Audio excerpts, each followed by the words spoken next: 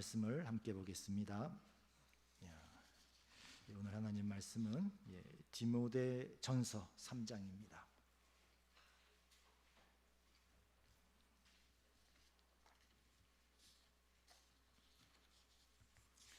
디모데전서 3장 1절에서 13절까지 말씀입니다.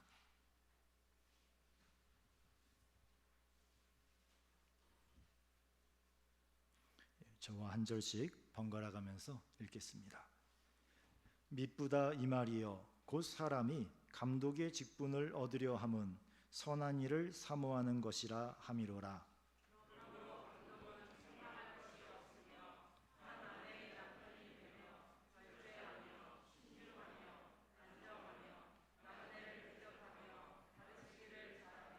술을 즐기지 아니하며 구타하지 아니하며 오직 관용하며 다투지 아니하며 돈을 사랑하지 아니하며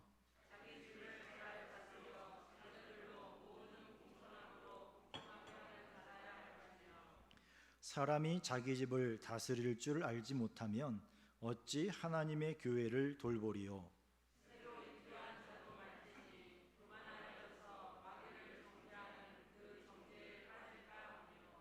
또한 외인에게서도 선한 증거를 얻은 자라야 할지니 비방과 마귀의 올무에 빠질까 염려하라.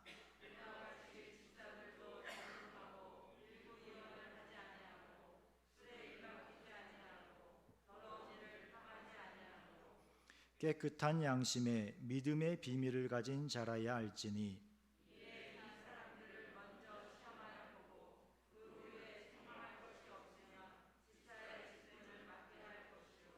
여자들도 이와 같이 정숙하고 모함하지 아니하며 절제하며 모든 일에 충성된 자라야 할지니라.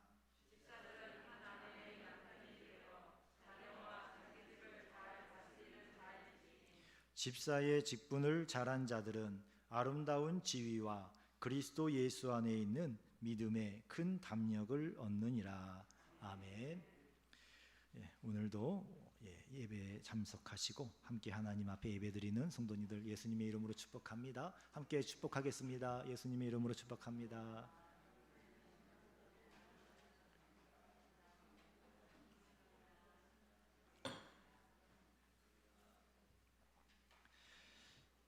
우리 모든 성도님들이 한 예배당에 다 모여서 한 번에 다 인사할 수 있는 날이 올 줄로 믿습니다. 지난주에 예루살렘 교회 이야기를 해드렸습니다. 예루살렘 교회에는 사도가 있었고요, 장로가 있었고 안수 집사님들이 있었습니다. 교회 분위기가 최고였습니다. 서로 사랑하고 배려하고 섬기는 너무나 아름다운 교회였습니다. 그러나 예루살렘 교회가 너무 자기들끼리만 행복했어요. 그래서 이방인들에게는 전도를 하지 않았습니다. 주님께서 스데반 집사님의 순교를 계기로 박해가 일어나게 하십니다. 그래서 많은 예루살렘 교회 성도들이 예루살렘 밖으로 도망을 치게 돼요. 사마리아에도 가고 안디옥에도 가고 로마 세계에 곳곳에 흩어졌습니다. 그곳에는 이방인들밖에 없습니다. 예수님을 사랑하는데, 예수님을 전하고 싶은데 이제는 유대인이 없어요. 이방인들에게 복음을 전하기 시작합니다. 비로소 도시들마다 전도를 통해 믿는 자들이 생겨났고 교회가 세워졌습니다. 그리고 각 교회에서는 전도자들이 떠나가도 그 교회에 남아있는 성도들을 영적으로 계속 돌볼 수 있는 사람이 필요했습니다. 그래서 직분자들을 세우기 시작합니다. 신약 성경에 당시 모든 교회에 직분자를 세우는 그 과정이 기록되어져 있지는 않습니다. 대표적으로 오늘 우리가 읽은 이 디모데전서와 디도서에 나와 있고요.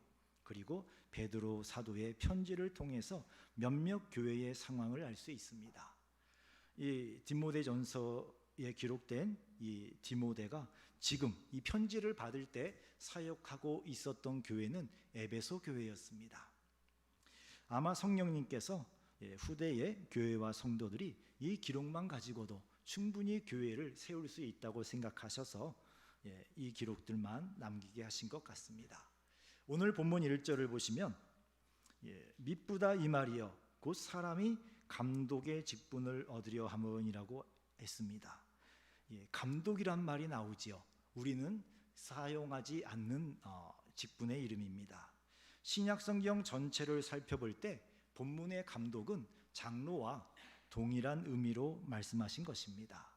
나중에 말씀을 가르치고 치리하는 장로와 또 치리하는 장로로 나누어지게 됩니다. 곧 오늘날 목사와 장로로 나누어지기 전에 이 초대교회 때 그런 구분 없이 감독 또는 장로라고 말씀을 하셨습니다.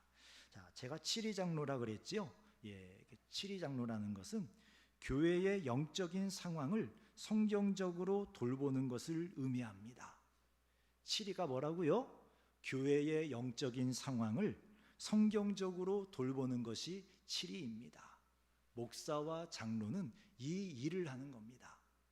교회와 성도를 영적인 상황을 성경적으로 돌보는 겁니다. 설교하는 것을 빼고는 목사와 장로의 역할이 성도의 영혼과 생활을 돌본다는 점에서 동일합니다. 자, 그리고 우리 헌법에 보면은 총회 헌법에 보면 장로는 지교회에서 교인 25명당 한 분씩 선출을 합니다. 자, 그러면 장로를 25명의 대표라고 생각한다면 국회의원이나 시의원하고 다를 게 무엇이 있겠습니까?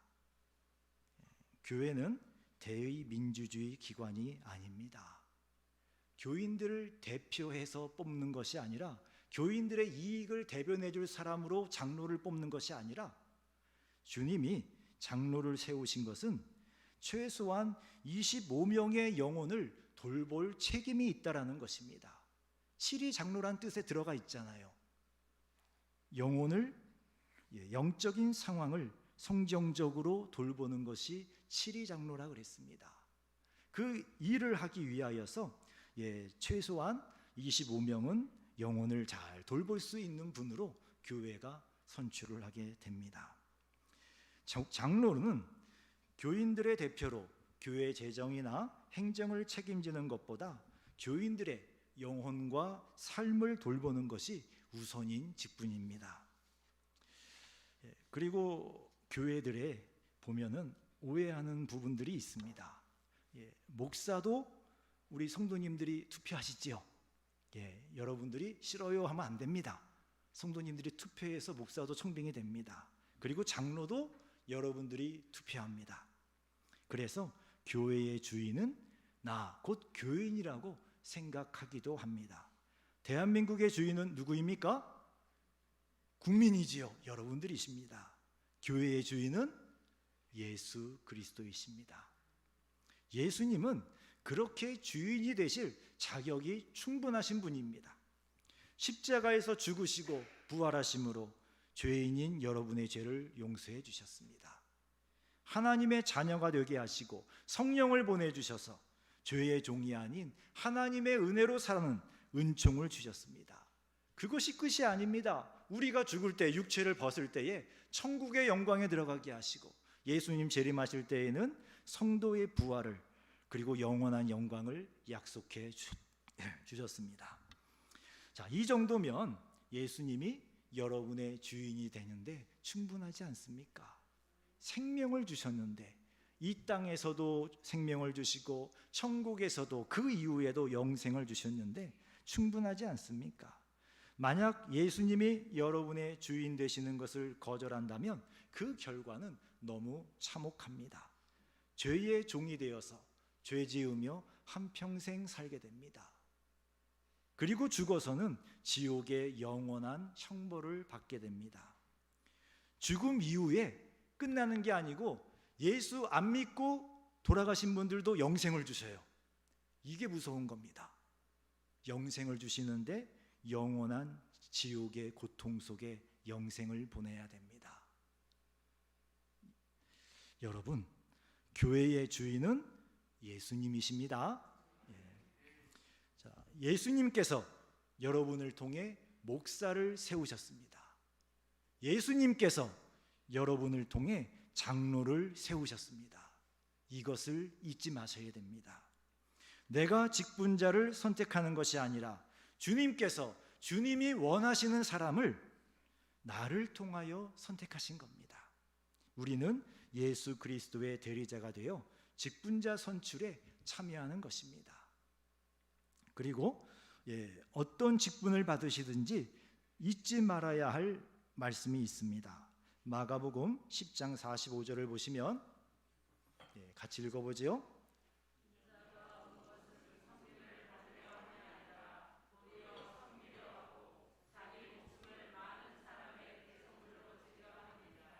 아멘. 여기서 인자는 예수님을 말씀하시는 겁니다. 예수님이 왜 오셨다고 했습니까? 섬김을 받으려는 것이 아니라 섬기려고 오셨다고 했습니다.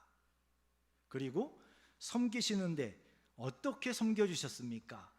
자기의 목숨을 우리 죄를 용서해 주는 대가, 그게 대속물이에요. 그 대속물로 주려고 오셨고 주셨습니다. 목숨을 내놓으면서 우리를 섬겨주셨습니다. 목사와 장로, 안수집사, 권사는 계급이 아닙니다. 주님이신 예수님께서 주님의 양들을 돌보시기 위하여 여러분들을 통해 세우신 종일 뿐입니다. 목사만 주의 종입니까? 저도 어려서부터 목사님들은 주의 종님, 주의 종이란 말을 수도 없이 듣고 자랐습니다. 그래서 저는 종이 아닌 줄 알았어요. 저는 성도고 저 목사님은 종이야. 근데 종인데 좀 종 같지 않은 종이죠. 장로와 안수집사, 권사도 다 주님의 종입니다. 종놈은 당연히 주인의 눈치를 봐야 됩니다. 기고만장하고 교만해서 자기 권력인 줄 알고 날뛰면 주인에게 혼나는 날이 옵니다. 이 땅에서 혼나는 것은 차라리 낫습니다. 최악은 천국문 바로 앞에서 주님께 혼나는 겁니다. 모두가 주님의 종입니다. 목사와 또 지금 장로, 안수집사, 권사인 분들과 앞으로 직분을 받게 되실 분들은 정말 겸손해야 됩니다. 교회와 성도의 주인이신 예수님의 눈치를 봐야 됩니다. 예수님만 바라보고 내 뜻이 아니라 예수님의 뜻을 이루기 위해서, 내 기쁨이 아니라 예수님의 기쁨을 이루기 위해서 교회와 성도들을 사랑하고 섬기고 배려하고 봉사하고 헌신하는 것이 직분입니다. 자, 오늘 본문은 어떤 성도들이 이런 직분을 받을 자격이 있는가에 대해서 말씀하고 있습니다. 1절을 보시면 미쁘다 이 말이여 곧 사람이 감독의 직분을 얻으려 함은 선한 일을 사모하는 것이라 함이로다 라고 했습니다. 미쁘다라는 말은 믿을만하다, 신뢰할 만하다라는 뜻입니다. 믿을만합니다, 신뢰할 만합니다. 자, 그리고 감독의 직분을 얻으려 하는 것이 선한 일을 사모하는 것이라고 했습니다. 초대교회 때의 직분은 말 그대로 헌신이었습니다. 디모데전서는 디모데가 어느 교회에서 목회하고 있을 때 보낸 편지라고 했습니까? 에베소 교회에 있을 때 보낸 편지예요. 사도 바울이 보냈습니다. 이때는 아직 로마 황제의 본격적인 박해가 없었습니다. 대략 주후 62년경이라고 생각을 합니다. 그런데 64년부터요 로마 황제의 네로 황제의 박해가 시작이 됩니다. 이때부터 교회의 직분은 명예가 아니라 누가 먼저 잡혀갈지, 누가 먼저 순교할지 번호표를 뽑는 것과 같았습니다. 그럼에도 불구하고 예수님께서 주님의 교회와 양들을 돌보라고 세워주시는 직분은 하나님 앞에서 선한 일이고 그 직분을 사모하는 것은 성도로서 마땅한 일입니다. 이런 선한 일을 사모하는 것이 우리 교회의 분위기가 되어야 합니다. 다만 억지로 되려고 하지 말고 주님의 섭리를 믿고 사모하는 마음으로 성령의 인도하심에 순종해야 합니다. 직분을 받는 것도 순종하고 직분을 받지 못하는 것도 하나님의 섭리 가운데에 된 일이니 순종하는 것입니다. 많은 분들이 여기에서 시험에 듭니다. 왜 내가 직분을 못 받아요? 저 사람보다 내가 훨씬 난데 이 교회는 인재를 못 알아봐. 사랑이 없어. 분별력이 없어. 시험에 든 거예요, 그게. 우리 예수님은 어떻게 섬기셨다고요? 당연히 왕이시기 때문에, 우주의 통치자이시기 때문에 숭배를 받으셔야 될 분이 섬기러 오셨고요. 섬기는데 어떻게 섬기셨다고요? 죽기까지 섬겨주셨어요. 그 죽음조차도 너무 비참했습니다. 그림 같은 데 보면 예수님이 여기 조금 가리고 계시죠? 실제는 아무것도 안 가리셨습니다. 정말 부끄러운 죽음을 당하셨어요. 고통스러운 죽음을 여러분을 위하여 당하셨는데, 우리가 예수님 그 마음을 가져야 되지 않겠습니까? 그래서 어떤 경우든지 성령의 인도하심인 줄 알고 순종하는 것이 선한 마음입니다. 자, 2절과 4절까지를 보면은 장로의 자격이 나옵니다. 2절에서 4절을 같이 한번 쭉 읽어볼까요? 그러므로 감독은 책망할 것이 없으며 한 아내의 남편이 되며 절제하며 신중하며 단정하며 나그네를 대접하며 가르치기를 잘하며 술을 즐기지 아니하며 구타하지 아니하며 오직 관용하며 다투지 아니하며 돈을 사랑하지 아니하며 자기 집을 잘 다스려 자녀들로 모든 공손함으로 복종하게 하는 자라야 할지며 라고 했습니다. 가만 살펴보면은 전부 무슨 이야기예요? 다 집 이야기예요. 가정생활. 집에서 어떻게 생활하는지 그 이야기만 하시고 있습니다. 책망할 것이 없고 한 아내의 남편이고 절제하고 신중하고 단정하고 나그네를 대접하고, 나그네를 대접한다는 건 다른 사람을 잘 섬기는 것입니다. 그리고 가르치기를 잘하고, 공적인 설교는 목사가 하지만 장로님도요 정말 성경을 잘 알아서 가르칠 수 있으셔야 됩니다. 그리고 구타하지 않으며 가정폭력이 없어야 되는 거예요. 가정폭력이 있으면 교회에 직분을 맡으면 안 된다고 말씀하신 겁니다. 그리고 관용하며 다투지 않는다고 했습니다. 쉽게 화를 내지 않아야 됩니다. 다른 사람들을 품어줄 수 있어야지요. 근데 그게 어디서부터 나타나야 된다고요? 가정에서부터 나타나야 돼요. 집에서 그런 생활을 못 하시는 분은 교회에서도 어려울 겁니다 라는 말씀이 5절의 말씀이에요. 사람이 자기 집을 다스릴 줄 알지 못하면 어찌 하나님의 교회를 돌보리요 라고 했습니다. 자, 가정을 다스리는 분이 하나님의 교회를 돌볼 수 있습니다 라고 이야기했죠. 이 5절과 6절에서는 교회에서 어떻게 생활하는 분인가에 대해서 말씀하시는 겁니다. 이 교회 생활은 하나님의 교회를 돌보는 것인데, 이 장로님은 시설 관리도 중요한 일이지만 장로의 본질적인 일은 성도의 영혼을 돌보는 일입니다. 그리고 오늘 본문에서 이 말씀을 하신 것은 장로로 선택되어질 대상인 사람들 중에 이미 다른 성도들의 영적 성장을 위하여서 많이 헌신하는 분이 있었다는 거예요. 직분을 받아서 그렇게 되는 게 아니라 평소에 다른 사람들의 영혼에 관심이 있고 그 사람들의 영혼이 잘 되기를 바라고, 그리고 말씀으로 살아가는데 어떻게든지 도움을 주기 위해서 애를 쓰며 살아갔던 분들, 그런 분들 중에 장로를 뽑으십시오 라고 사도 바울이 권면하고 있습니다. 우리 가족만 잘 되면, 우리 가족의 신앙만 챙기고 있으면 아직 장로의 자격이 부족한 겁니다. 어떻게 해야 됩니까? 영혼을 품을 수 있게 해달라고 기도하셔야지요. 저도 영혼을 품을 수 있게 해주세요.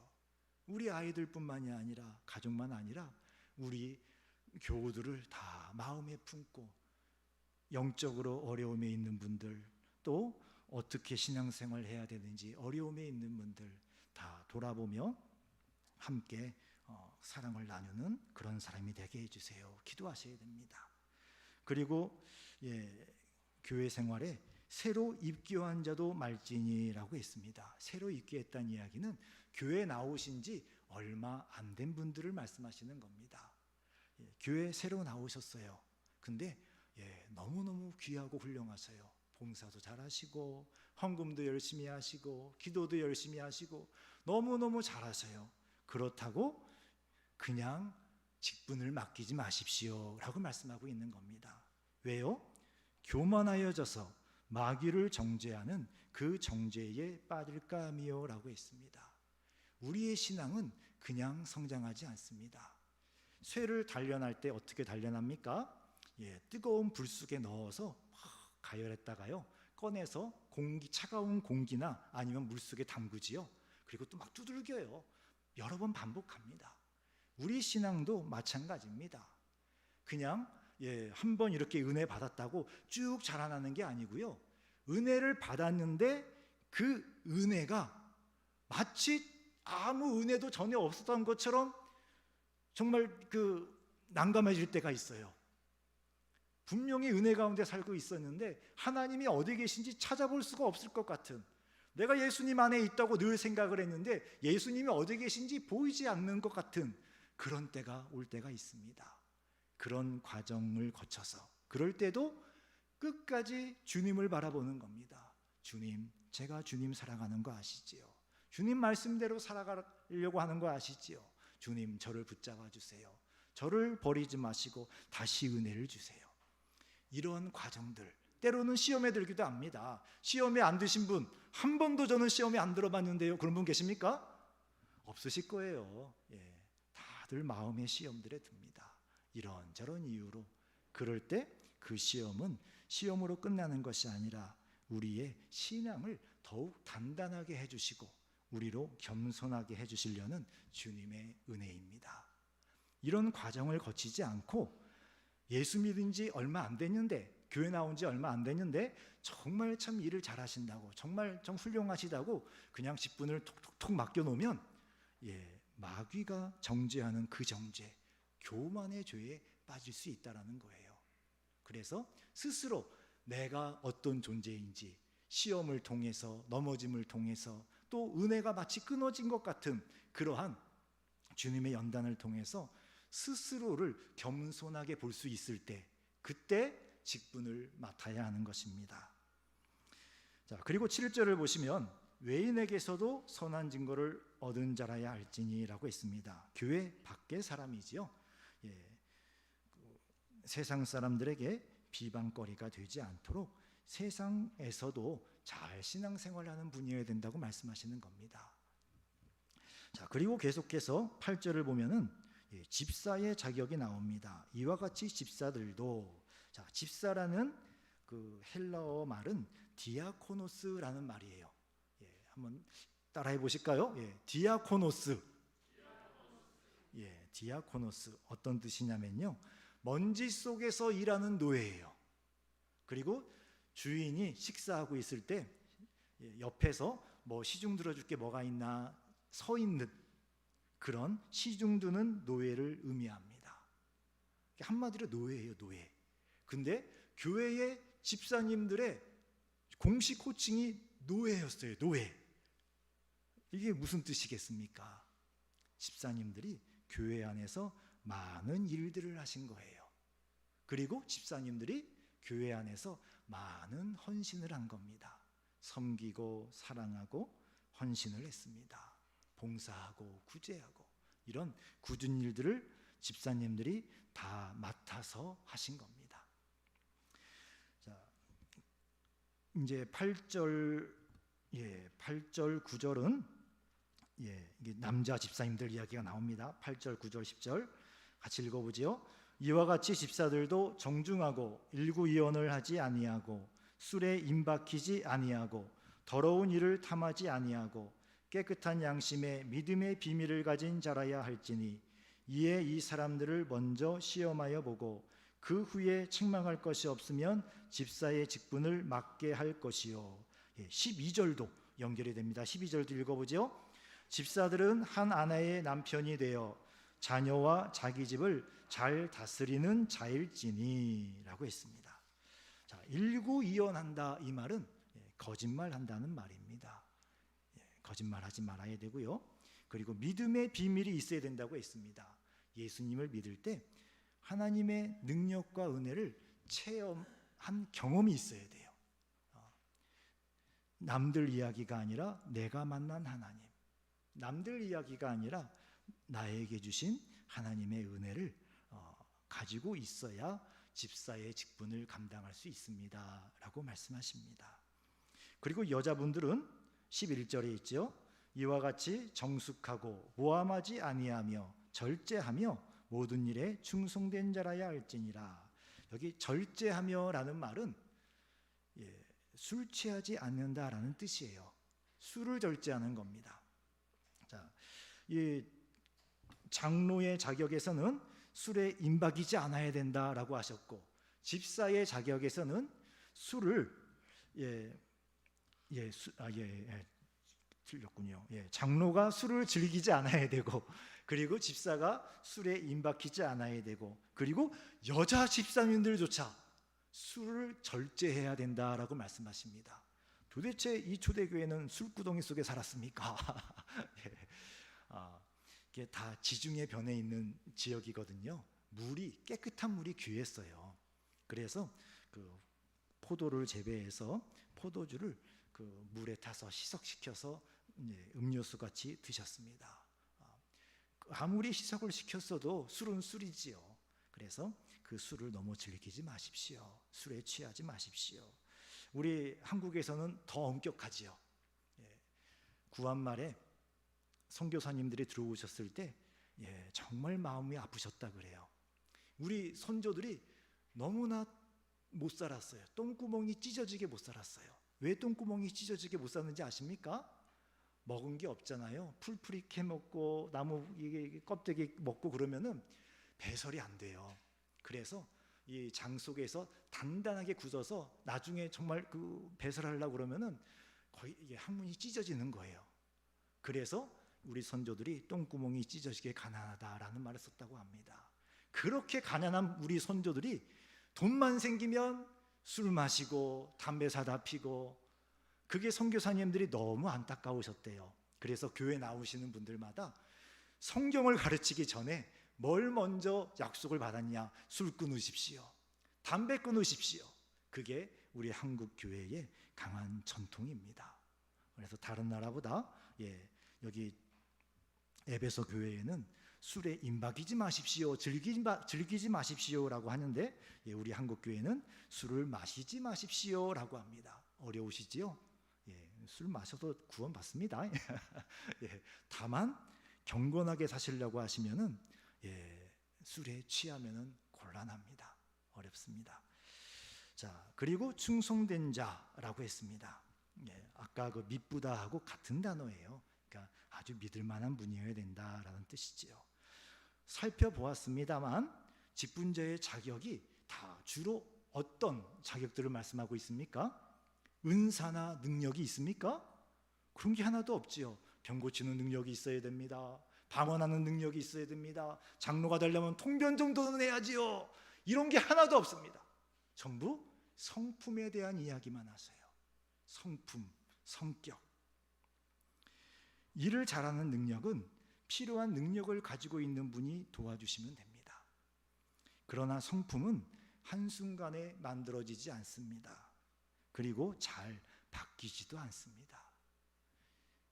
여기서 말씀하시는 성품은 예수님의 성품을 말씀하십니다. 예수님을 믿고 성령의 능력과 열매로 예수님을 닮아가는 성품으로 바뀌어져 가는 겁니다. 이렇게 예수님을 닮아가는 증거가 있는 사람들이 직분자로 선출돼야 됩니다 라고 말씀하고 있는 거예요. 무엇을 보고 합니까? 능력이 아니라, 은사가 아니라 성품. 그 성품은 어디에서 나타납니까? 생활에서 나타나는 거예요. 말에서, 다른 사람들을 대하는 모습에서, 가정에서, 밖에 나가서 직장에서 일을 할 때, 그때에 보이는 모습을 보고 아, 이분은 정말 예수님을 닮아가려고 노력하는 분, 이분은 예수님을 정말 많이 닮은 너무나 훌륭한 분, 이분은 예수님을 닮을 마음은 있으신데 아직도 좀 더 걸리실 것 같고 판단하기는 어렵습니다. 왜요? 다 똑같거든요. 누가 성품에 나 예수님 닮았어요 할 사람 누가 있습니까? 우리가 다 부족하지만, 그러나 주님의 그 교회와 성도들을 위하여서 성령과 지혜로 충만한 사람 중에 생활로 나타나는 성품을 보고 직분을 맡을 준비가 되었는지, 아니면 준비를 더 해야 하는지 성도들이 예수님의 마음으로 한번 헤아려 보는 겁니다. 자, 그리고 가정 생활을 중요하게 여기고 있는데 여러 번 반복된 말 중에 하나가 한 아내의 남편이라는 말이 나옵니다. 동성애 당연히 안 되지요. 일부 다쳐 돈이 있다고 능력이 있다고 부인을 여러 명 두는 것 주님이 기뻐하지 않습니다. 그리고 가정을 폭력이 아닌 인격으로 다스려야 된다라고 말씀을 하십니다. 우리 주님은 우리의 성품을 중요하게 여기십니다. 그리고 그 성품을 중요하게 여기는 가운데 또 한 가지 말씀하신 게 있어요. 돈을 사랑하지 않는 것, 더러운 일을 탐하지 않는 것을 말씀하십니다. 누가복음 12장 34절을 보시면 앞에 있습니다. 같이 읽어보지요. 너희 보물 있는 곳에는 너희 마음도 있으리라. 예수님보다 돈을 더 사랑하지 않아야 된다 말씀을 하신 겁니다. 보물은 어디에다 쌓아놔야 됩니까? 당연히 통장에도 쌓아놓고 은행에도 쌓아놓고 하늘에 쌓아놔야 됩니다. 하늘에. 보물은 하늘에 쌓아놔야 됩니다. 우리 예수님은 우리 마음이 어디에 있는지 너무나 잘 알고 계세요. 우리 마음은 어쩔 수 없더라고요. 돈 있는 곳에 마음이 있습니다. 그래서 우리는 하늘의 보물을 쌓으며 살아가야 됩니다. 어떻게 하늘의 보물을 쌓습니까? 하나님의 영광을 위해 재물을 사용해야 됩니다. 또 하나님이 기뻐하시는 일들을 위해서 우리의 재물을 사용하며 살아가야 됩니다. 이것도 아주 중요한 직분자의 그 자격 중에 하나입니다. 제가 부목사로 있을 때에 정말 겸손한 안수 집사님이 계셨어요. 정말 겸손하십니다. 그래서 참 존경했습니다. 제가 그 교회를 떠나고 몇 년 있다가 소식을 들었어요. 그 안수 집사님이 장로님이 되셨습니다. 그런데 그 새로 된 그 장로님과 그 아내 부부 때문에 교회가 풍지박살이 났어요. 아니, 그 겸손한 분이 어떻게 그런 일을 했어요? 여쭤봤더니 이분은 이 교회의 직분을 계급으로 생각을 한 거예요. 나는 아직 집사니까 장로나 목사에게 순종해야 돼. 이 철저하게 머릿속에 이게 있는 겁니다. 나는 순종해야 돼. 그래서 정말 순종하신 거예요. 그러다가 장로가 되셨어요. 야, 이젠 내가 장로가 됐으니까 목사도 장로고 장로도 장로고 나도 장로고 나하고 다 똑같은데 내가 왜 다른 사람들에게 고개를 숙여? 진짜 본래의 성품이 나온 거예요. 그 이전에는 그 성품을 순종해야 된다. 계급을 순종해야 된다. 교회에서는 목사님이 높고 장로님이 높으니까 내가 순종해야지. 회사처럼 생각을 하신 거예요. 그러다가 장로가 되니까 이제 나도 높은 자리에 올라왔으니까 이제는 나도 한번 해봐야지 하신 겁니다. 진짜로 하셔갖고 300명 교인 중에 100명이 떠났어요. 권사, 안수 집사들 많이 떠났습니다. 그분들이 거짓말을 하는데 거짓말은 다 잘 믿어요.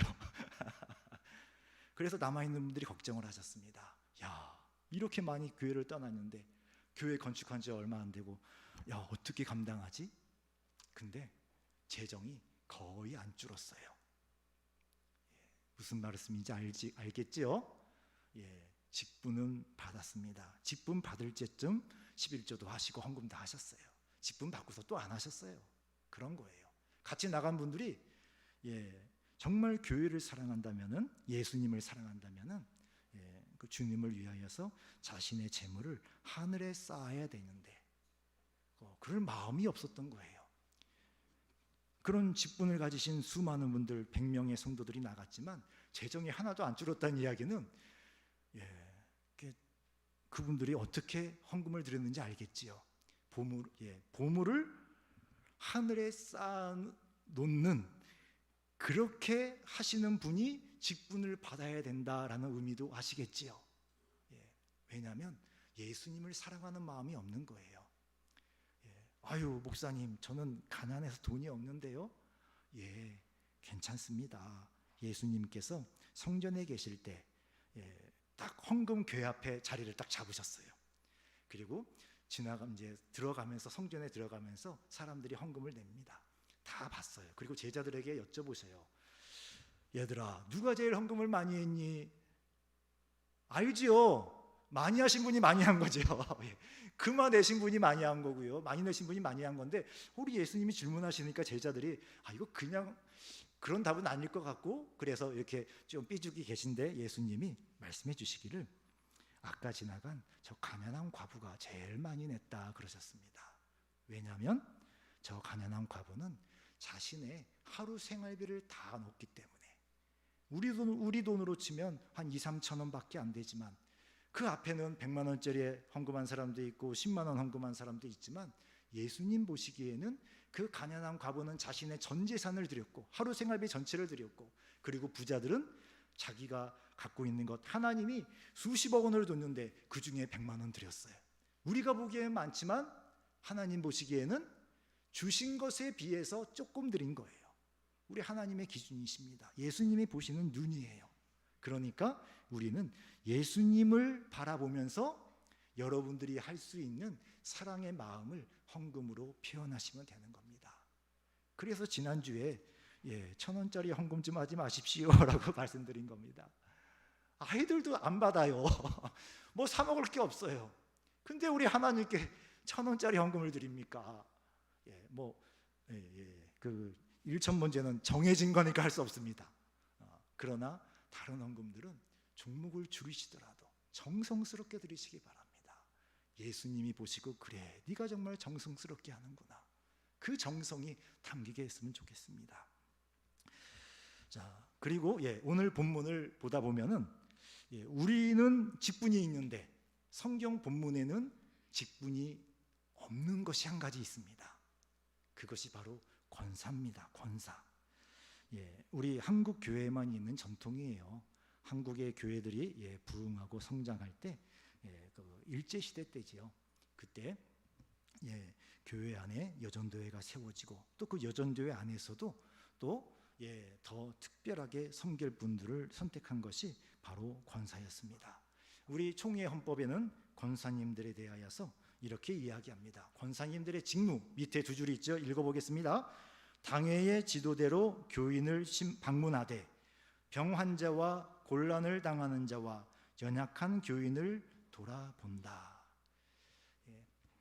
같이 생각하셔야 될 것이, 아까 그 집사라는 성경의 말이 먼지구덩이에서 일하는 노예, 주인의 식탁 옆에서 시중 드는 노예라 그랬습니다. 집사님들이 그렇게 많은 일들을 하고, 권사님들은 다른 목적을 가지고 우리 한국교회 전통에서 세워진 겁니다. 병 환자와 곤란을 당하는 자와 연약한 교인을 돌아본다고 했습니다. 그것이 무엇입니까? 바로 신방이지요. 신방입니다. 그리고 돌아본다라는 말 속에는 핵심이 기도한다는 거예요. 신방 가기 전에 기도하고, 신방 가서 기도하고, 신방 갔다 와서 기도하고. 권사님은 기도하시는 분이십니다. 권사는 일 잘하는 분을 뽑는 것이 아니라 교회와 성도들을 위해 기도하는 분을 뽑는 겁니다. 초대교회 때부터 일은 누가 했습니까? 먼지 구더기 속에서 집사들이 했습니다. 집사님들이. 여전도회를 중심으로 집사님들이 일할 때 권사님들은 기도하며 도와주는 역할입니다. 권사님들이 일을 다 맡아서 하면 여전도회는 할 수 있는 일이 없습니다. 그러나 권사님들이 기도에 전념하면 여전도회가 부흥을 합니다. 권사가 집사보다 높은 직분이 아닙니다. 목사, 장로, 안수 집사가 수평인 관계인 것처럼, 아까 그분처럼 수직으로 생각하시면 큰일 납니다. 수평입니다. 우리 주님 앞에서 권사와 집사도 수평 관계인 거예요. 높고 낮음이 교회의 직분에는 없습니다. 그러면 우리 예수님이 왕관을 쓰셨지요. 왜 십자가에 죽으셨겠습니까? 예수님은 십자가에 죽으셨는데 우리는 왕관을 찾아서 해야 되겠습니까? 다만 서로 존중하고 사랑하고 배려하고 섬기는 것입니다. 권사는 집사들이 하는 일을 사랑으로 돌봐주고 그 일들이 하나님의 영광을 나타내며 예수님의 사랑을 나타낼 수 있도록 기도하며 뒷받침해 주는 것입니다. 물론 때로는 권사님들이 나서서 일을 해야 할 때도 있습니다. 지금 원리를 말씀드립니다. 그리고 권사님들이 기도하면 주님께서 특별한 은혜를 주셔요. 제가 7살 때부터 교회를 다녔습니다. 그리고 교회를 떠난 적이 없고 늘 교회에 어느 교회든지요. 늘 안쪽에 있었어요. 수많은 권사님들을 봤습니다.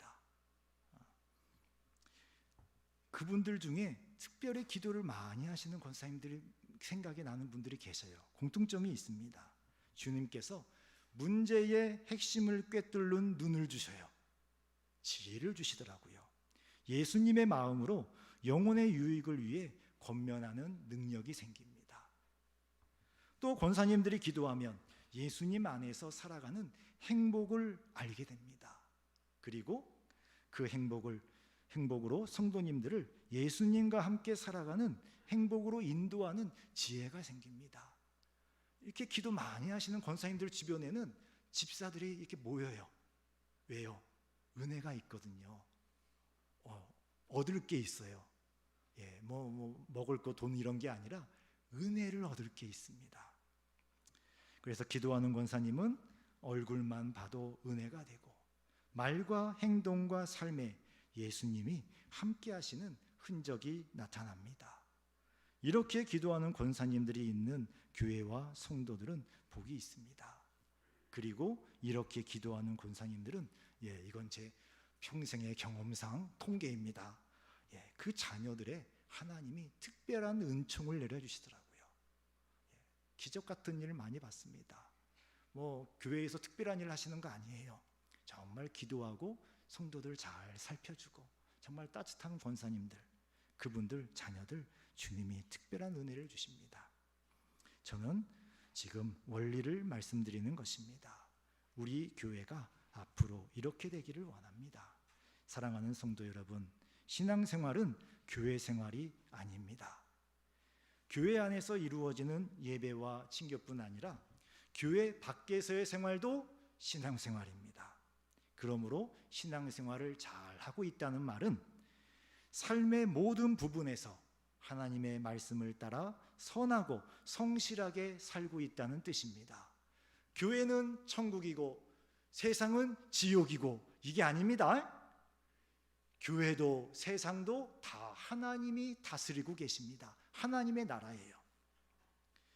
그리고 가정생활은 신앙생활의 중요한 부분입니다. 하나님을 경외하는 경건한 가정에서 위대한 하나님의 일꾼이 탄생합니다. 가정이 평안하지 못하면 능력은 있지만 성품의 장애를 가진 하나님의 일꾼이 됩니다.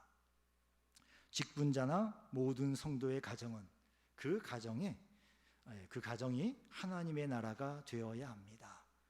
교회에서 예배 시간에 하나님의 은혜에 깊이 들어가듯이 가정에서 가족들과 함께 있을 때 하나님의 은혜가 서로 나누어져야 돼요. 서로의 삶에서 하나님의 은혜를 볼 수 있어야 되고, 그래서 하나님을 믿고 살아가는 것이 이런 거구나. 어린 자녀들이 그냥 살면서 배울 수 있어야 됩니다. 어렵지요? 예. 그러니까 기도하는 겁니다. 자, 직분자나 모든 성도의 가정은 그 가정이 하나님 나라가 되어야 합니다. 가족 모두가 예수님 안에 거하고 예수님이 안에 계시고 예수님만 바라보며 살아가려고 하면 자연히 사랑과 섬김과 배려가 넘치는 가정이 됩니다. 이 은혜는 직분과 관계가 없습니다. 저는 목사입니다만 제 아내가 전도사와 결혼하고 기대했던 것이 있었습니다. 경건한 가정의 모습, 날마다 가정 예배 드리는 그 모습을 꿈꾸셨는데, 주여, 제가 죄인입니다. 지금까지 회개하면서 또다시 죄를 짓고 있습니다. 그런데 우리 집사님들, 성도님들 가정에 가정 예배 잘 드리시는 가정이 있지요. 정말 존경합니다. 그거 어렵습니다. 저도 하고 싶은데 잘 안 되더라고요. 직분이 은혜를 만드는 것이 아닙니다. 여러분이 예수님 안에 거하고 예수님이 여러분 안에 계시고 예수님만 바라보면서 가정에서도 생활을 하면 주님이 은혜를 내려주십니다. 그래서 직분이 없어도 어떤 직분자보다 아름다운 가정을 섬기는 인격과 성품을 가진 성도가 될 수 있습니다. 현재의 직분자들과 앞으로의 직분자들의 가정과 모든 성도님들의 가정이 이런 가정이 되기를 주님의 이름으로 축원합니다. 기도하겠습니다. 하나님 아버지, 감사합니다. 주님께서 원하시는 일꾼은 일 잘하는 사람이 아니라 예수님을 닮은 사람, 예수님을 닮으려고 애쓰는 사람이라고 하셨습니다. 직분을 사모하되 먼저 예수님을 닮으려고 애쓰는 성도들이 되게 하여 주옵소서. 직분을 주시면 순종하고 안 주셔도 받은 분보다 내가 더 사랑으로 많이 헌신할 그런 마음을 가지고 또 그렇게 해서 오히려 주님께 많이 사랑받는 분이 되게 하여 주옵소서. 예수님 이름으로 기도했습니다. 아멘. 다 함께 일어나셔서 신실하게 진실하게 거룩하게 찬양하겠습니다.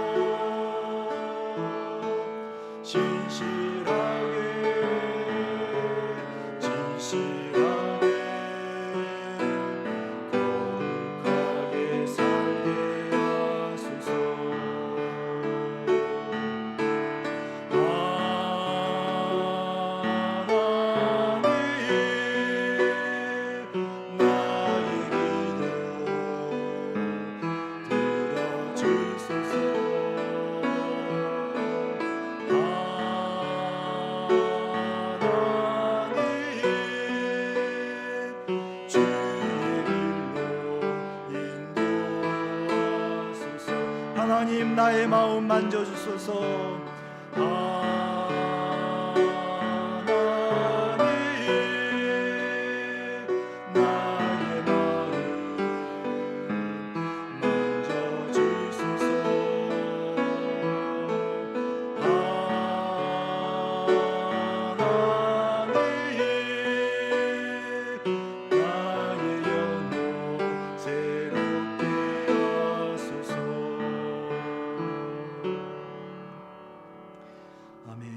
말씀을 생각하시며 기도하기를 원합니다. 모든 성도에게 직분을 사모하는 마음을 주옵소서. 성령과 지혜로 충만하며 인격과 성품이 준비된 성도가 되기를 원합니다. 바로 내가 그렇게 인격이 성품이 준비되어 신실하게 진실하게 거룩하게 살아가는 성도가 되게 하옵소서. 주여 부르시고 함께 기도하겠습니다. 주여 주여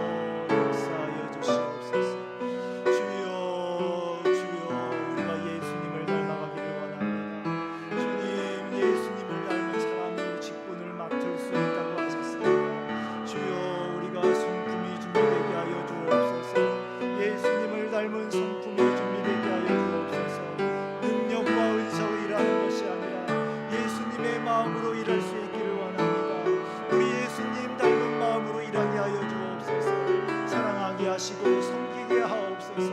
예수님처럼 내가 죽게 하여 주옵소서. 주여 섬김을 받으려는 것이 아니라 예수님처럼 내가 섬기게 하여 주시옵소서. 주여 주여 도와주시길 간절히 원합니다. 아버지여 이 한평생 금방 지나갑니다. 주여 이 짧은 생이 지나가고 우리 주님이 심판하실 때가 우리 눈앞에 다가옵니다. 주여 그 심판대 앞에 두려운 마음으로 오늘 살게 하여 주시옵소서. 주여 우리 주님 만날 때 두려움을 가지고 오늘을 살아갈 수 있기를 원합니다. 주여 도와주시옵소서. 도와주시옵소서. 아버지여 이 세상에 빠져 살지 말게 해주시고 주의 사랑하는 성도들이 예수님 안에서 살게 하여 주옵소서. 예수님이 안에 계시는 삶을 살고 예수님만 바라보며 살게 하여 주옵소서. 주여 인생이 바뀌게 하여 주옵소서. 우리 성도들의 마음이 바뀌게 해주시고 가정이 바뀌게 해주시고 직장이 바뀌게 해주시고 그 삶이 바뀌게 역사하여 주시옵소서. 예수님의 능력은 모든 것이 가능합니다. 주여 역사하여 주시옵소서.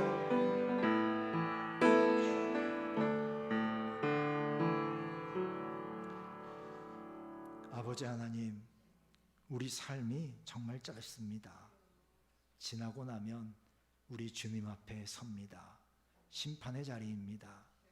우리가 무엇을 위하여 살아갔는지, 교회를 다닌다고 하면서도 교회 안에서 나의 명예를 위하여 살았는지, 내가 얻고 싶은 뭔가 만족을 위하여 신앙생활했는지, 무엇을 위해 살았는지 우리 주님 앞에서 변명을 해야 될 때가 옵니다.